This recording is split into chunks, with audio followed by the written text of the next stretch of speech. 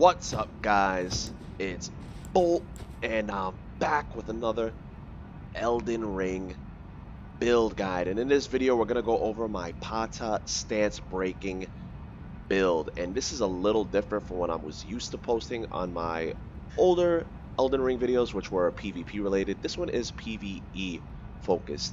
And this is because when the DLC was released, I saw and read a lot of comments and criticisms about how difficult the DLC is, and rightfully so, it is difficult, and a lot of people were having really frustrating time completing it. And I kind of wanted to show everyone that there are so many ways to tackle on this game and the DLC. There are so many tools at your disposal and to utilize to kind of make your playthrough a much better and easier time. This build has a very low skill ceiling, and at the same time it's still a lot of fun to use. It focuses on stance breaking bosses, guard counters, critical hits, counter hits, and charged attacks. Now this kind of trivializes the mobbing aspect of the game as well as the bosses. And I have two alternatives. If you do not like shields, I know a lot of players don't like shields, including myself. I'm normally a two-handed player or a power stance player. I normally do not block. I just kind of like to dodge and deal as much damage as I possibly can. But this setup is quite fun. But for those of you who do not like shields, there is another variant of the build that I have, as you saw in the Radhan fight, that uses basically your face as a shield. And it's quite effective as well. But let's just get right into it, get into the stat breakdown first. And keep in mind, I am using Godric's rune right now, so all my stats are +5. But we are level 177, and that is because 177 still allows us to match with the level 150s, which is the meta. Level 150 is the meta, and on top of that, you can match with the people in the 200s as well. I figured in the DLC that many players will be taking their characters to much higher levels, and 177 was a nice a sweet spot in which you'll be able to still catch the meta, and on top of that, the people who needed those extra levels to help them get through the DLC. So 177 it is. And again, we're using Godric's rune, so the stat allocation is as follows. We have 60 vigor, 10 mind, 30 endurance, 60 strength, 70 dexterity, and then the only other stat that was touched was faith, which is originally at 9, but we brought it to 10. Everything else was left at base. This is not spellcasting build. There are tools that we use that act as spells, so we don't even need any intelligence or arcane. The 1 point in faith is to cast the flame grant me strength if you do want to use that over the blood boil aromatic. This is a quality build. What is a quality build? Quality is leveling strength and dexterity, almost, you know, kind of the same, and then infusing our Pata with the quality infusion. Now the Pata is a quality weapon as it scales evenly with strength and dex, as you see, BB, and it does cause standard and pierce damage. So pierce damage is very important. Pierce damage is what like spears do, thrusting swords do, stuff like that. And when an enemy is attacking you and you strike them with pierce damage, you get what's called a counter hit, which will give you extra damage. So that is huge. And we will pair that with the Spear Talisman for our extra boost in our counterattack damage. Now, the Pata has a superior one-handed moveset. The one-handed moveset for this weapon is phenomenal. The R2s come out so fast, and this thing is long as hell and covers a great distance. Do you see how that's the R2? That's not even the R1. So you could basically just spam R2s with this build all day. And the charged R2 comes out so fast, and that is the focus of this build. It's the speed and the range that this weapon has that we're taking advantage of now. With these charged R2s, you'll be landing them from quite a distance. The guard counters come out super fast, so you break the boss's stance very easily. And we're pairing that with the Crag Blade Ash of War, which is going to give us a boost in our physical damage and as well as our stance breaking damage. So pair that all combined with the guard counters, and we have the guard counter talisman on there. We have the Axe Talisman, which enhances our charged attacks, and again, the Spear Talisman for our counter attacks. And then the last talisman is up to you for this. If you are confident enough in being able to block all of the attacks, then you will get a huge DPS boost with the Ritual Sword Talisman. That is we are using the Black Knight Greatshield as our defense. This I went with this because the Stone Greatshield is too heavy for this build, so this is the sweet spot right here where you can still carry a amazing damage negating shield. As you see, it does give us 100% physical damage, and then on top of that we get the 84% holy damage. If you holy infuse this, or sacred infuse it rather, you get 100% holy damage resistance, which is great for Radhan, and it will go bring the physical damage resistance down to 95. Still respectable.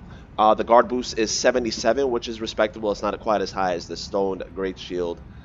I'm sorry, the Fingerprints Shield rather.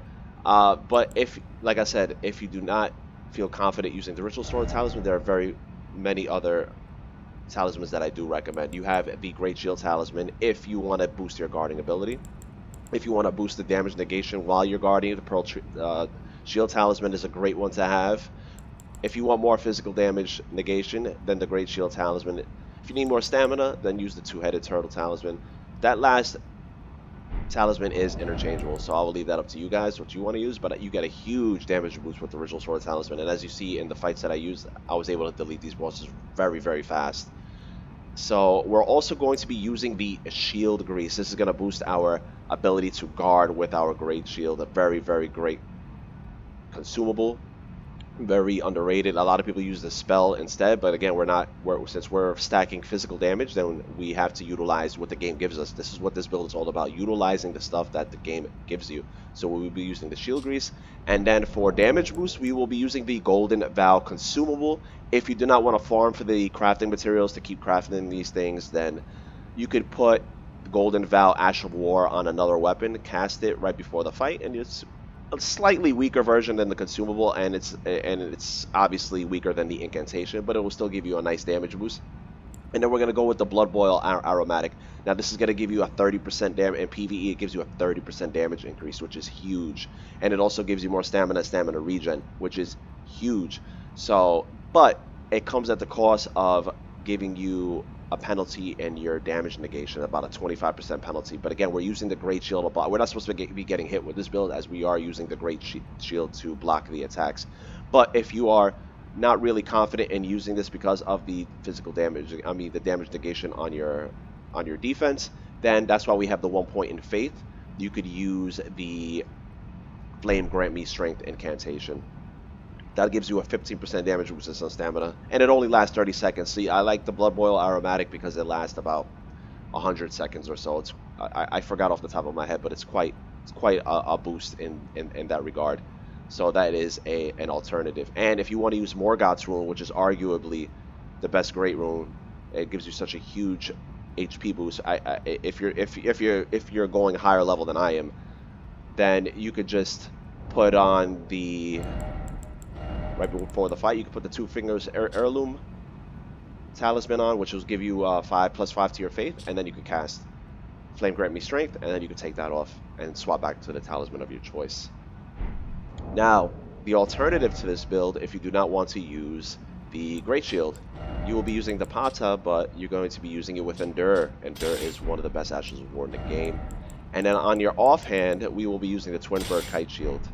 Now, why the Twin Bird Kite Shield? Because since you're face taking, your health will get low at some point. This is going to give you a boost in your damage negation and your damage and your physical damage, your DPS. So that's what we want, and we're still going to use that one-handed moveset. Now, what does Endure do? Endure gives you about 3 to 4 seconds of infinite poise, hyper armor. You could just tank through the boss's attack and launch your R2s, and at the same time, while you're tanking through, it does give you damage negation as well, so you take less damage while they're hitting you. And then you just spam your charge attacks until you break their stance. And then once you break their stance, if you need to heal, you can back away from the boss and heal, and then get right back into it. It's a very, very freaking effective way of playing this. Endure is such an amazing Ash of War. It's so powerful, and you will be breaking these bosses' stance very easily. And another way that's going to aid us in breaking the stance is we will be using the Stone Barb Crack Tier, which temporarily makes stance breaking easier, and we'll be using the Spike Crack Tier, which boosts our charge attacks. That's the former is going to be key for breaking these bosses' stances right in the beginning of the fight, and then right from there you can just kind of chain it and delete them the rest of the time. Like, it's ridiculous how amazing this concoction right here is. And let's talk about the armor set. So we are using the Raksha armor set with the Greatshield variant of this build. So this will give you 2% damage increase per piece of armor equipped, but at the same time it has very low resistances, damage negation. So again, we use that for the Greatshield version. As you saw in the Radhan fight, the Endure version, you want to stack physical defenses. You want to just stack defenses. So I use the Crucible Tree chest piece, head piece, and then I use the Tree Sentinel legs and arms for that fight because of for the holy damage negation. So when you're using this version with the Kite Shield and Endure, I would recommend taking this off because you're gonna need more defense, and then put the armor set of your choice on that's gonna be most effective for the boss you're fighting. For example, if you're fighting Bale, he does a lot of fire damage, so you want to put something on that's going to give you more fire damage negation. And then on top of that, what you're going to do is you're going to take your guard counter talisman off and the Salt Ritual, so you're going to be taking damage. And then I recommend putting on 2 damage negation talismans such as this. This is what I use for the Radhan fight with the Crucible set and Tree Sentinel armor pieces respectively. And another thing great about this build is that this stuff is acquired very early on. You can get this stuff like pretty much right in the beginning of the DLC, which is beautiful, and it will make the rest of the time a breeze for you guys. But I hope you guys found this video informative and helpful. If you did, please consider giving me a like, a share, a subscription if you have not done so already. Really appreciate that, and it helps my channel out. Please let me know if you found this build helpful enough to help you beat some of these bosses that could be a pain in the butt sometimes, and it made your DLC experience a lot more enjoyable. Please let me know. I would love to hear that. And I will leave in the description below, as I do not want to put like spoilers, where to find this stuff at. The gear you see here, the pata and the armor set that we have equipped here. If you want to know where it's located, I'll just post the wiki links in the description. That's it. Hope you guys enjoyed it, and I'll catch everyone on the next one.